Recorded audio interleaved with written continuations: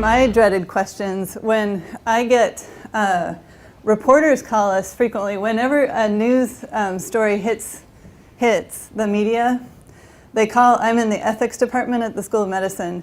They call the ethics department and they say, we want to talk to someone about this issue. And this is usually what the reporters want to know. They want to know, gee, this terrible thing just happened. Wasn't that terrible? Like, didn't that person screw up? Wasn't he a bad person?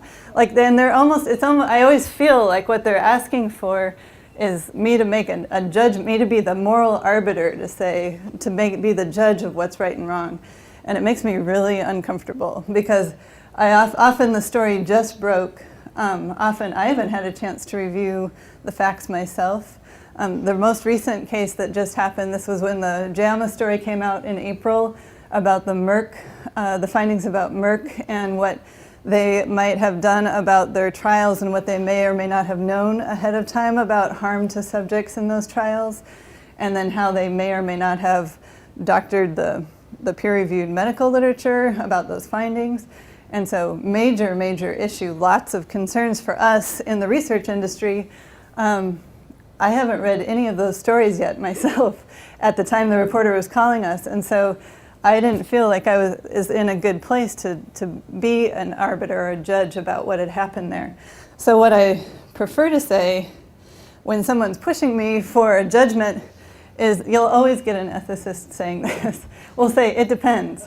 And usually, you would say this too as a scientist, or as a teacher probably, that like it depends on the context. It depends on what actually happened. It depends on the sequence of events, really, and it depends on everything that was going on, how we're going to assess this situation. So I need to know more.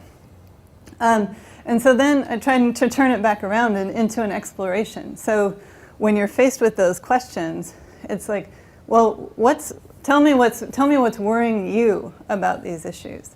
If you get a difficult question from an audience member, like, tell me more about what are you afraid of with this? What's worrying you about this, so I can understand better what your concerns are.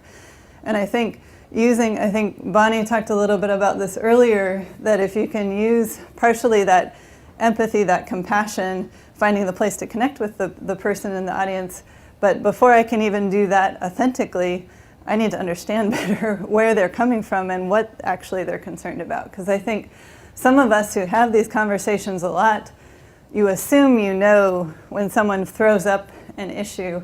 We were talking a little bit about this earlier within faith-based communities.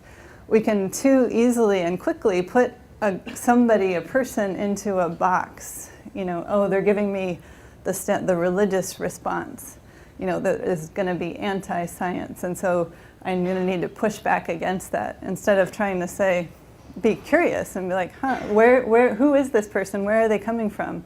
Before I put them too quickly into one of my boxes. So exploration is one of the things I try to do. So these are just a couple slides that are illustrating, the media is all over this stuff. The media loves science and technology and research developments, and so the public is fascinated with this too. And we've got loads of public policies that are coming out that are impacting science and research, and we need an educated, involved, invested public in these things. And so we absolutely have to get out there and help our public be informed voting citizens, be informed folks who can push on their congressmen and their legislators. And so I think that's our responsibility. How do we get to those informed publics? Because all of these things are catching their attention.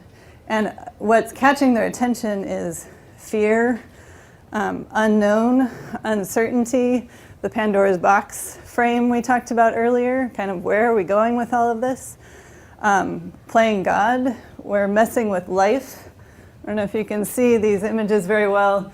This is the classic Michelangelo picture. There's a lot of those frames that we hear that make people really nervous, and we have to engage those frames and be willing to talk about them and offer our perspective about what are we trying to accomplish in research? What is actually going on here?